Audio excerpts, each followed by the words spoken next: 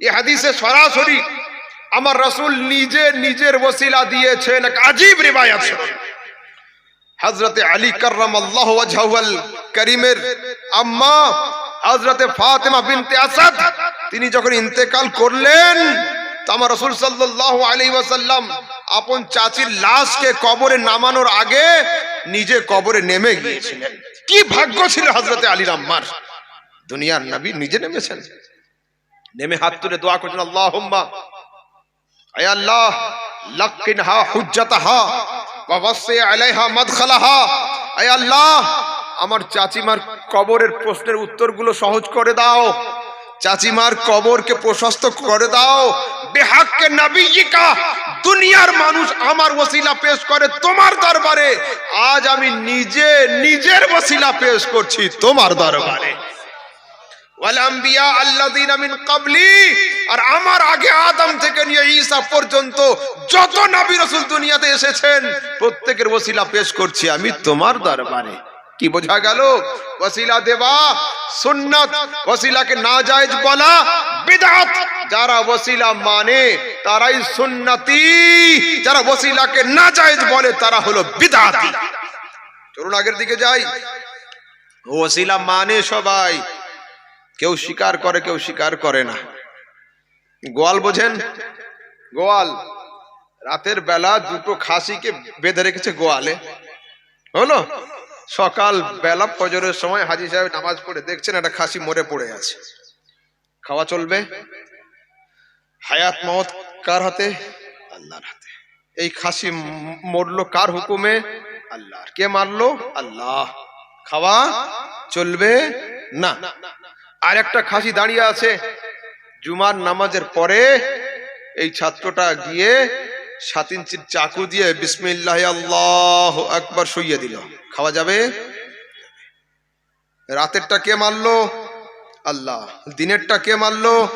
মোল্লা। রাতেরটা খাওয়া হারাম ফতোয়া আপনারা দিয়েছেন, দিনেরটা খাওয়া হালাল ফতোয়া আপনারা দিয়েছেন, আমি কিন্তু নয়। কোন শরীয়তে লেখা আছে যে আল্লাহরটা হারাম মোল্লারটা হালাল? কি করে হয়? তো পৃথিবীর মানুষ, জবাহ করা হলো মুস্তাফার সুন্নাত। রাতের মারের মধ্যে সুন্নাতে মুস্তাফার ওসিলা ছিল না, মুস্তাফার তরিকার ওসিলা ছিল না, সেই জন্য হারাম। দিনেরটা মোল্লা মেরেছে বটে, তরিকায় মুস্তাফা দিয়ে মেরেছে, ওই জন্য হালাল। সুবহানাল্লাহ সুবহানাল্লাহ। বেশক বাচ্চা কে দেয়? আল্লাহ। একজন ছেলে বিয়ে করলো, 2 বছর পরে একটা বাচ্চা কোলে, কি নাম? সাহেবজাদা। কে দিল? আল্লাহ। বাচ্চা কে দেয়? আল্লাহ। আরেকজন ছেলের বিয়ে হয়নি, অবৈধ সম্পর্কে কোলে বাচ্চা, কে দিল? अल्लाह। ये नाम की मैं नहीं बोलूंगा, हाँ भाई फंसना मुझे नहीं है, आप लोग इलाके के हो, आप ही लोग बताओ, संभालोगे आप लोग। রাতের একটা বাচ্চা যেটা বিয়ের পরে হলো তার নাম সাহেবজাদা, যেটা বিয়ে না করে পয়দা হলো তার নাম অমুকজাদা। প্রশ্ন হলো এই দুটোর তো দেনেওয়ালা আল্লাহ, একটার নাম হালাল জাদা আর একটার নাম অমুকজাদা কেন?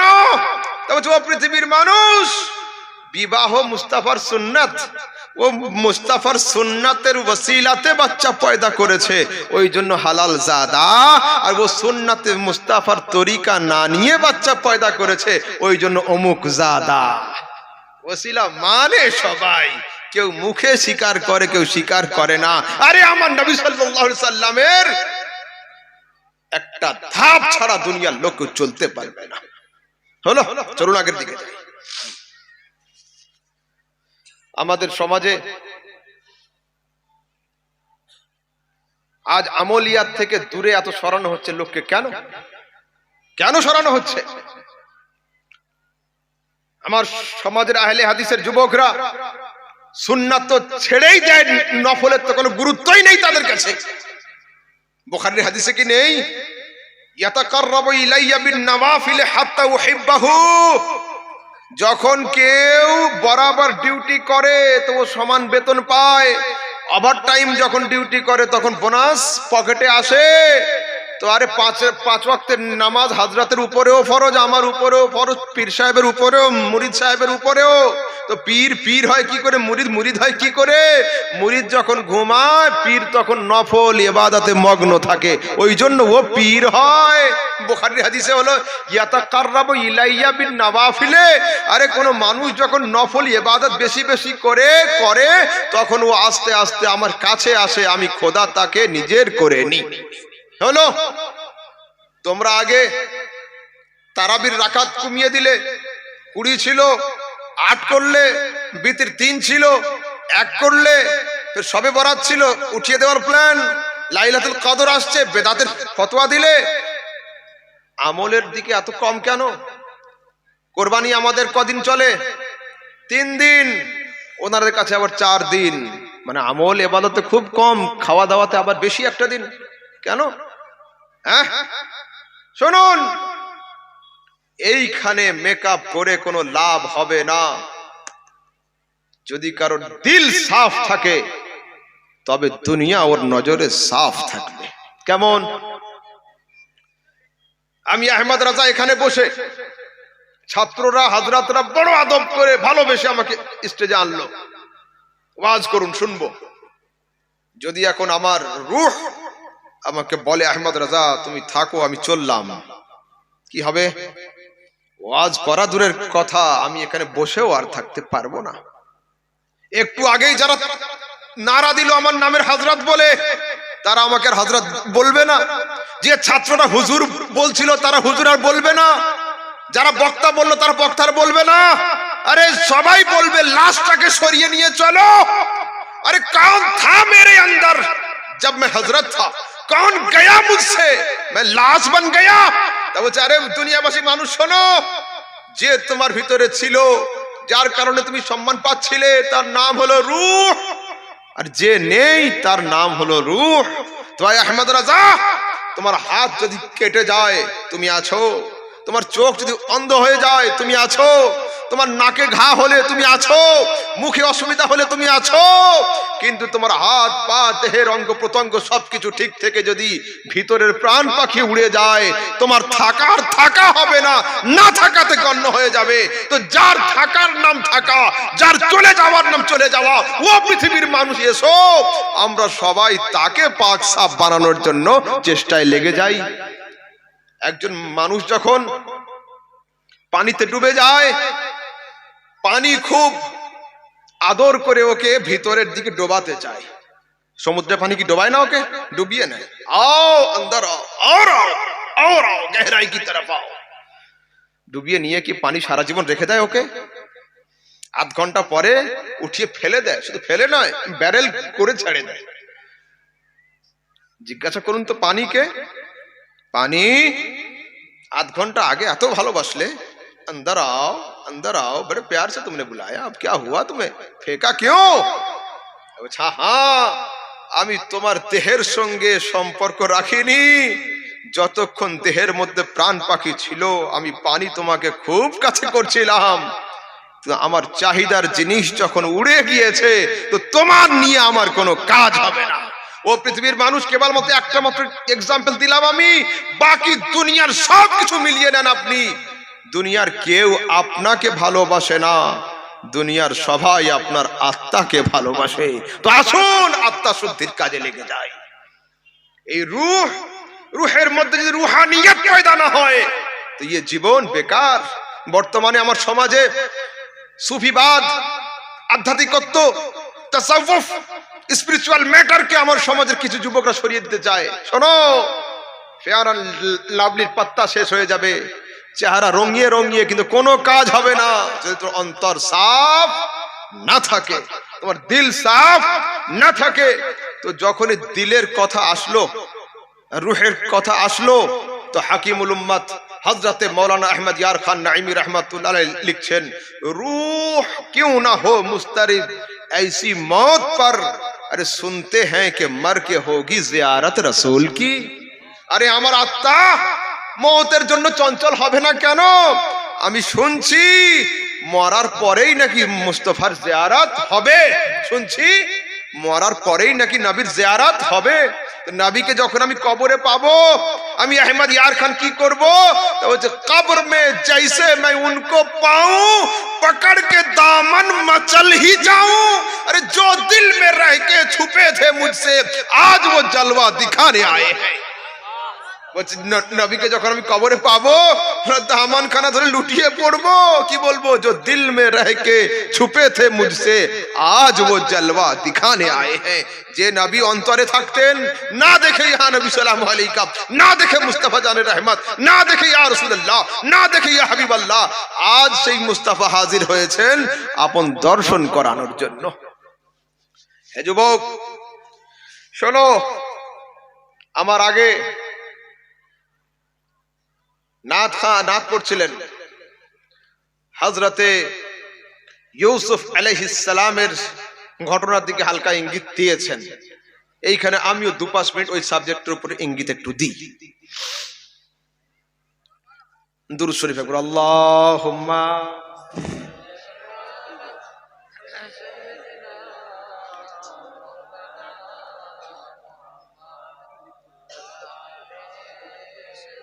আমি চালিয়ে যাব, অসুবিধা নেই, আপনি খবর করে দেন, রেডি হতে একটু সময় লাগবে। সাল্লাল্লাহু তাআলা আলাইহি ওয়াসাল্লাম। তো হযরতে ইউসুফ আলাইহিস সালাম মিশরের বাজারে বিক্রি হয়েছিলেন, পরে মিশরের বাদশাহ হয়েছিলেন, তাই তো? হযরতে জুলাইখা হযরত ইউসুফ আলাইহিস সালামের কাছে হতে চেয়েছিলেন। কোরআন সাক্ষ্য দিচ্ছে ওয়ালাকাদ হাম্মাত বিহি ওয়া হাম্মা বিহা লাউলা আন রাআ বুরহান রাব্বিহ। জুলাইখা ইউসুফের দিকে ঝুঁকে গিয়েছিল, ইউসুফ ওদিকে ঝুঁকে যেত যদি আমার নিদর্শন ইউসুফ না দেখত। ঘরের মধ্যে কি নিদর্শন দেখলো? কোরআনের তাফসীরে 3টে রিওয়ায়াত আছে। এক, হযরত জুলাইখা যখন হযরত ইউসুফের দিকে আগিয়েছিলেন তো আল্লাহ তাবারক ওয়া তাআলা ইউসুফ আর জুলাইখার মাঝখানে সেই কুয়োকে হাজির করে দিয়েছিলেন যে কুয়োর মধ্যে ইউসুফকে নিক্ষেপ করা হয়েছিল। আল্লাহ বলছেন, ইউসুফ স্মরণ করো সেই দিনকে যেই দিন আমি তোমাকে এই কুয়ো থেকে উঠিয়েছিলাম। ইউসুফ আলাইহিস সালাম দূরে। অন্যরে একটা রিওয়ায়াতে আসছে হযরতে ইউসুফ আলাইহিস সালামের দিকে হযরত জুলাইখা যখন আগাচ্ছিল তো সঙ্গে সঙ্গে ঘরের একটা কর্নার থেকে হযরত ইয়াকুব আলাইহিস সালামের ঝলক দেখতে পেয়েছিলেন এবং ইয়াকুব নবী দাঁতের পাটির উপরে জিভ, তার উপরে দাঁত রেখে দাঁত খিচিয়ে বলেছিলেন, নবী পুত্র হয়ে আজ তুমি কোন জায়গায় দাঁড়িয়ে রয়েছো ইউসুফ?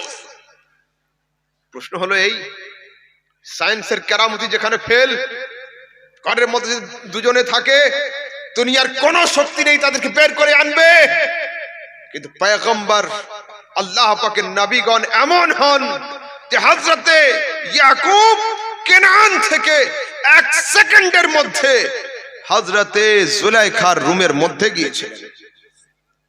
কেমন? আম্বিয়া কা বরকে সামা।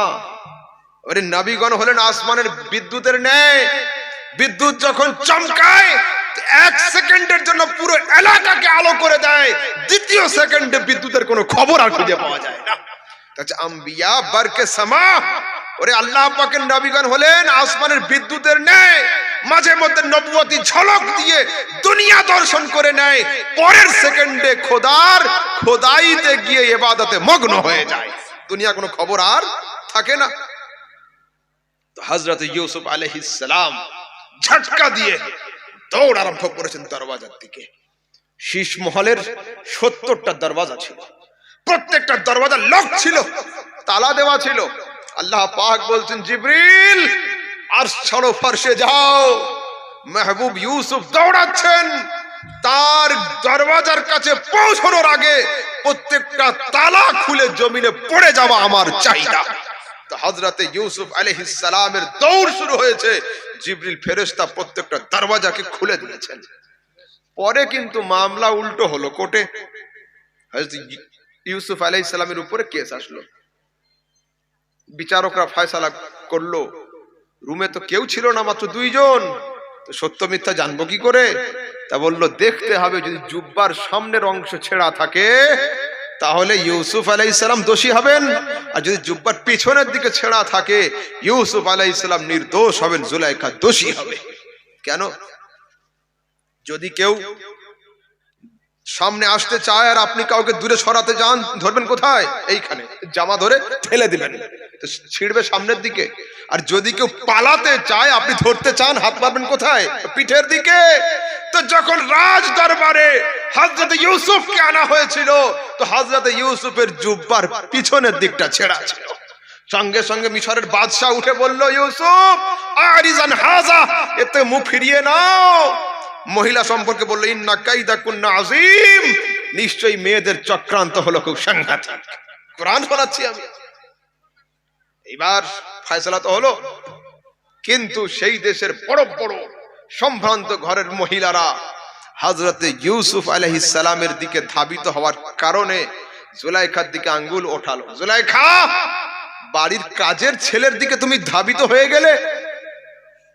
তো হযরতে জুলাইখা ফয়সালা করলেন, জালওয়া কি জিনিস বোঝানো যায় না, দেখানো যায়।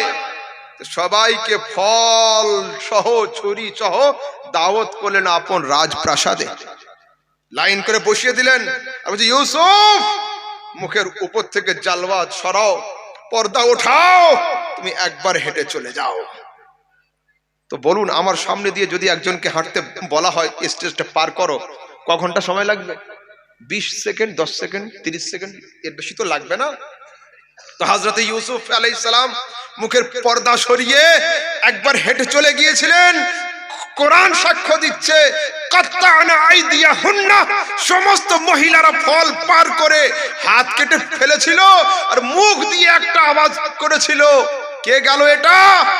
মা হাযা বাশার, কোনো মানুষ নয়, ইল্লা মালাকুন কারীম, আরে আল্লাহ পাকের কোন উচ্চ পদস্থ ফেরেশতা। তো হযরত জুলাইখা রুম থেকে বের হয়ে বলছে, শোনো, ইউসুফের এক জালওয়া দেখে যদি তোমরা নিজেদের হাত কেটে ফেলো, ইউসুফের সব জালওয়া দেখে আমি আমার দিল কাটিয়ে ফেলেছি। কি অপরাধ করলাম? এই পর্যন্ত। কিন্তু আমার পয়েন্ট অন্য জায়গায়। মুস্তাফা করিমকে আমরা কেউ দেখেছি? পয়েন্ট শুনুন। মিশরের মেয়েদের হাত কাটলো কখন? ইউসুফ সামনে আসলো যখন। মিশরের মেয়েদের হাতে ছুরি চললো কখন? ইউসুফের মুখ থেকে পর্দা উঠেছিল যখন। যতক্ষণ ইউসুফ সামনে আসেনি ততক্ষণ কারোর হাত কাটেনি, ততক্ষণ কারো ছুরি চলেনি। কিন্তু আমি বলছি, আয় মুস্তাফা, ইউসুফকে না দেখে দুনিয়ার কোনো মানুষ নিজেদের হাত কাটেনি, কিন্তু আল্লাহ পাক আমার নবীর চেহারা তো দূরের কথা, নবীর নামে এমন বরকত রেখেছেন। আয় মুস্তাফা, তোমার দেখার দরকার নেই, তোমার নামেও দুনিয়ার মানুষ এখনো গর্দান দেওয়ার জন্য প্রস্তুত রয়েছে। আয় মুস্তাফা, এ বদর তোমার জন্য, ওহদ তোমার জন্য, খায়বার তোমার জন্য, খান্দক তোমার জন্য, কারবালা তোমার জন্য। আর কিয়ামতের আগে যদি নতুন কারবালার প্রয়োজন হয়ে যায়, তোমার উম্মতিরা গর্দান দেওয়ার জন্য এখনো প্রস্তুত রয়েছে, এখনো প্রস্তুত রয়েছে। চলুন একটু আগের দিকে যাই। শায়ের লিখছেন, হুসনে ইউসুফ পে কাটি मिस्र में अंगुष्ते जना, तेरे नाम पे सर कटाते हैं मर्दाने अरब। এবার হাদিস শুনুন। এক দেখে সামান কেনা, বিন দেখে সামান কেনা হলো। আমি একটা জিনিস কিনতে বললাম, मौलाना अब्दुल समाद साहब कोलकाता থেকে फोन कर लेना, हजरत ये चीज मिल गई, अब आइए। मैंने कहा हजरत आप ले ले, मैं फोन पे कर देता हूँ, जो आपका पसंद है मेरा पसंद, आपकी मर्जी मेरी मर्जी। तो उनके दिल में बात बनेगी मेरे लिए कि भाई अहमद भाई ने मुझ पर पूरा एतमाद कर लिया। तो देखे केना आलोदा, ना देखे कारोर ऊपर भरोसा करा आलोदा।